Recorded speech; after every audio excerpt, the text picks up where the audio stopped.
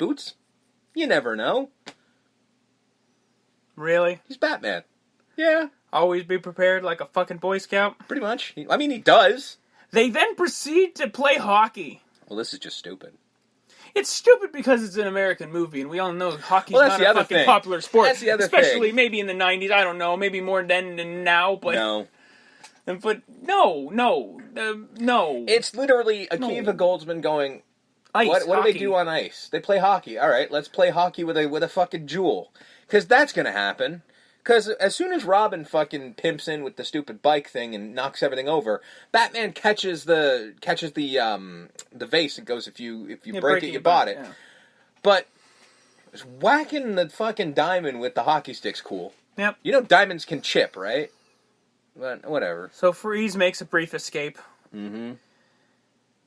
And... Okay. So they get into said rocket ship, because he's in a rocket ship. Because he gets a rocket ship. Because Mr. Freeze has a rocket ship. So Batman and Robin follow in tow. Well, Batman shows up. Batman jumps into the Batman thing, first, yes. and he leaves Robin alone. And but Robin you goes, can see fuck it. hanging out. Robin jumps onto it, and he has the Robin suction cups that stick him onto there. And I'm like, it's a rocket ship. Robin's dead by being outside of there, as is everybody that's involved. Because also, I guess, fuck my goons, because fuck them. You know, yeah. They're the worst hockey team ever. They clearly can't fucking guard the point.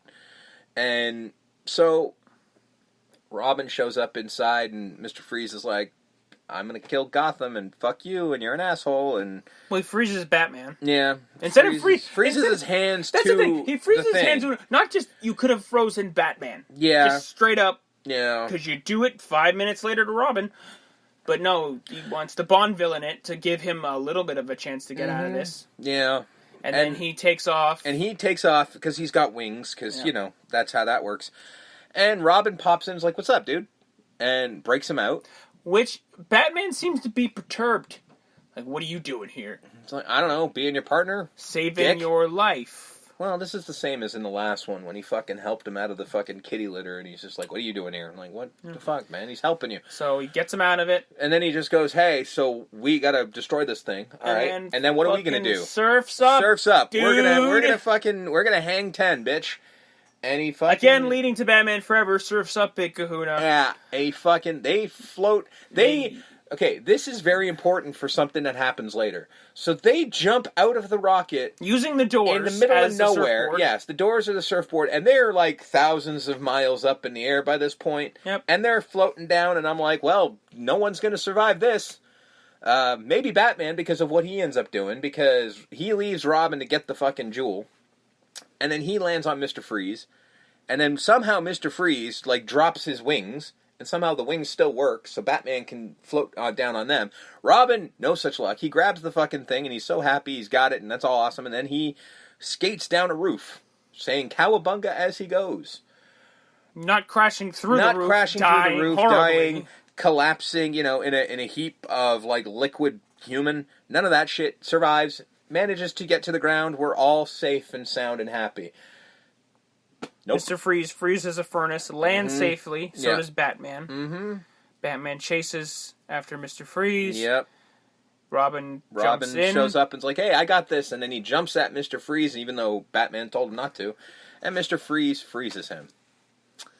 So then he says, you've got 11 minutes to thaw out the bird, or you can come after me. What are you going to do? And Batman sort of looks at him and goes, haha, your heart makes you weak. That's why this day is mine. I'll kill you later. And he fucking splits. So Batman, all pissed off. Freeze gets away. And so Batman picks up his frozen friend, puts him in the bath of water, which somehow is there. Everything else is frozen, but that water somehow survives. Then he pulls out the bat laser, which he could have used this whole time. Could have shot Mr. Freeze. Easily, without killing him. Yeah. But no, and then he heats up the liquid, and then Robin goes like, hey, did we get him? And Batman smiles, because that's what the Clune Dog does. And that's how the first fight scene goes. And it doesn't get better from here. And by the way, this Batman has no time for masking his voice. No! No, we do not get even remotely a Batman voice. The defense I will have for this... It's unnecessary at this point. Well, clearly they're making a 66 thing. Sure. And guess what? Adam West didn't change his voice either. He did not. So my guess is if that's what they're going off of, if Adam didn't change his voice, I don't need to change my voice. I'm sure that's his thought process. So we get the other villains of the film introduced. Mm-hmm. First, it's Pamela Isley. Yep. Sneaking in on her doctor, who's having a bidding war with a bad version of the UN, like the comical, the Ununited Nations. Yeah, the Ununited Nations, where it's like all the evil dictators of the world. Yeah, so it's John Glover playing Jason Woodrue, the not Floronic Man, and Pamela Isley, like they do the Hollywood thing to Uma Thurman, of course, where glasses and messy hair. We'll mess her hair up and put glasses on her, and somehow we'll pretend she's not hot, because that's a thing that can happen, right? So she happens to see that this gimmick's going on. So she's just like, well, this is weird. And he's just like, I've got this thing. And I do love John Glover in this movie. Mm-hmm. He is so entertaining because he's just like, I don't give a fuck. And so he's just like, I've got this thing. I'm going to pull out this dude. They give him a name, which apparently is his name in the comics, but I don't remember him ever getting a name, so who knows. And he straps him to a table and puts it and injects him with what he says is a combination of chemicals and toxins, which is the best delivery of that line ever. With his own little special throw-in of steroids and some other nastiness. Toxins. I just love the way he says toxins. And then he injects him and he becomes... Calls it venom. Yeah, venom, which is what it is in the comics, technically. And then we've got this big muscular dude out of this little skinny guy. Yep. He actually even calls it the Super Soldier Serum. Yep.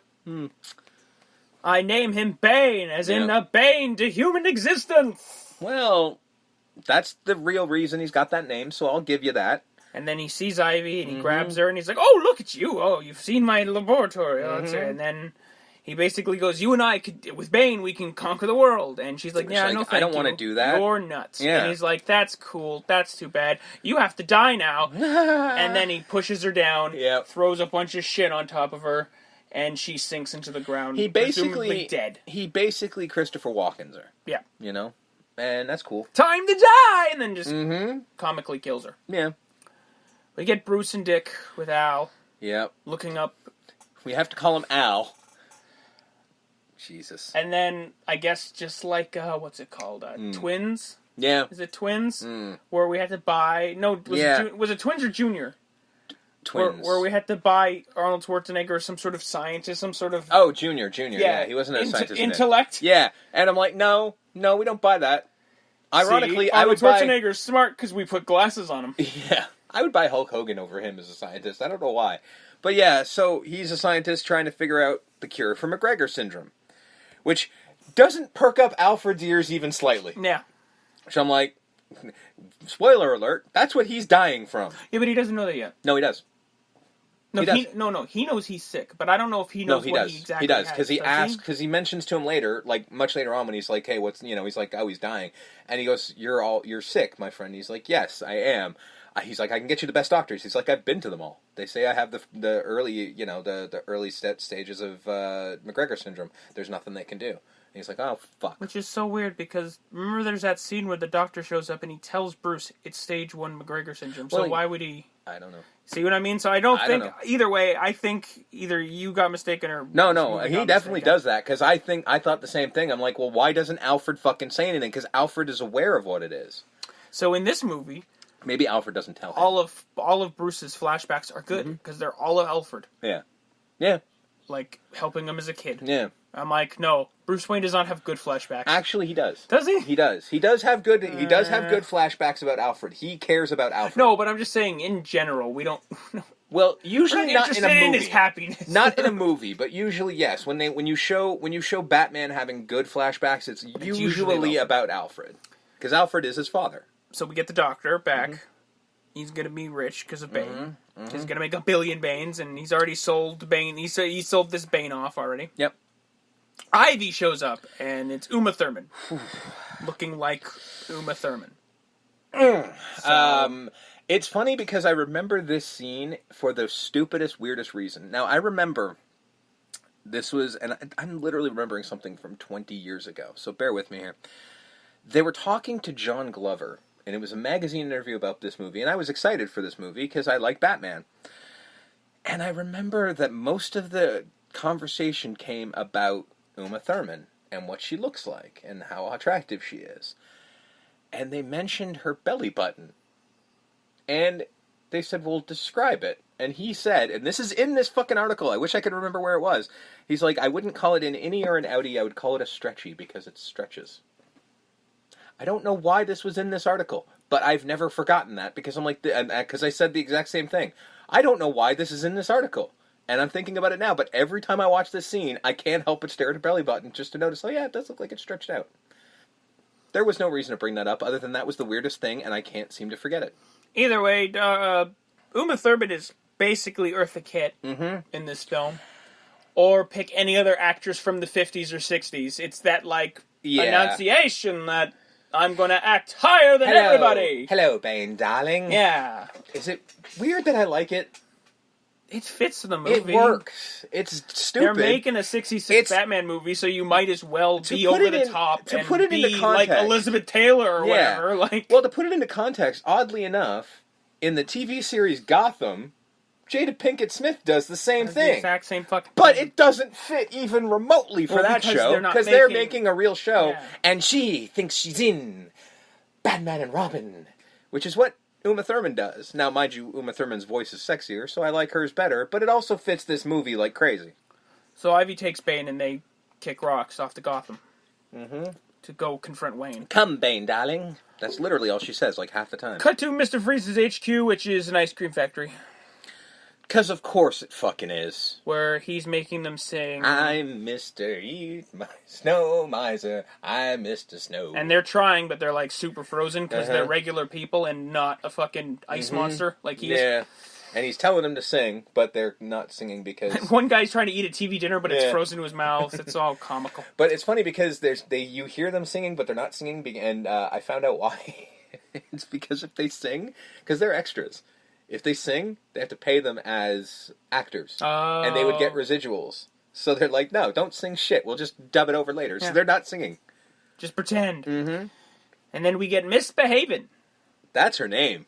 Freeze is like henchwoman who we never see again. Yep, she's in one scene. And again, you're going to get Vivica A. Fox because you can. Because you can. You're going to put her in a nightie because I guess you can. Because you can. But she's also in a frozen thing and she's not complaining. She's like... She's like, I'm a little uncomfortable, but it's okay, Freeze darling. It's because Vivica A. Fox is hot. Yeah. Get it? Because that's got to be the only fucking reason for this. Because it doesn't make sense otherwise. And then he literally just goes, I still want my wife, and that's it. So you need to go away. Yeah. Ironically, somehow he's a hot commodity. Yeah. Because this is not the only girl throwing herself at him. We'll get there in a minute. So we get more with Bruce and Dick at the Wayne Manor. And this is where Barbara shows up. I guess Barbara Pennyworth? No, she doesn't have a last name. That's not her last name. She doesn't have a last name. So it's Alfred's niece. Yeah, so she shows up, and immediately Batman and Robin are both like, a girl? What do we do with this? I don't want to lean on it, but you kind of have to at some scenes, but I'm like... Well, Chris O'Donnell literally goes, please be looking for me. Yeah, like... I'm sorry, this is clearly, and there's more than one instance of this, where like, I've tried not to go for it, but... Clearly this is a gay man trying to understand what straight people do. Because it's so over the top and weird, the way that they look at her and the way they act around her, that I'm like, just have somebody else make this happen. Because this doesn't work. It just looks weird.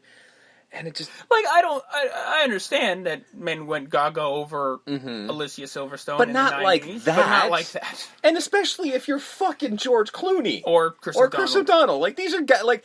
These are clearly people who have seen naked women before. They're not going to lose their shit over Alicia Silverstone. But the funniest part about it is the way that, like, she says, like, oh, Uncle Alfred, she runs towards him.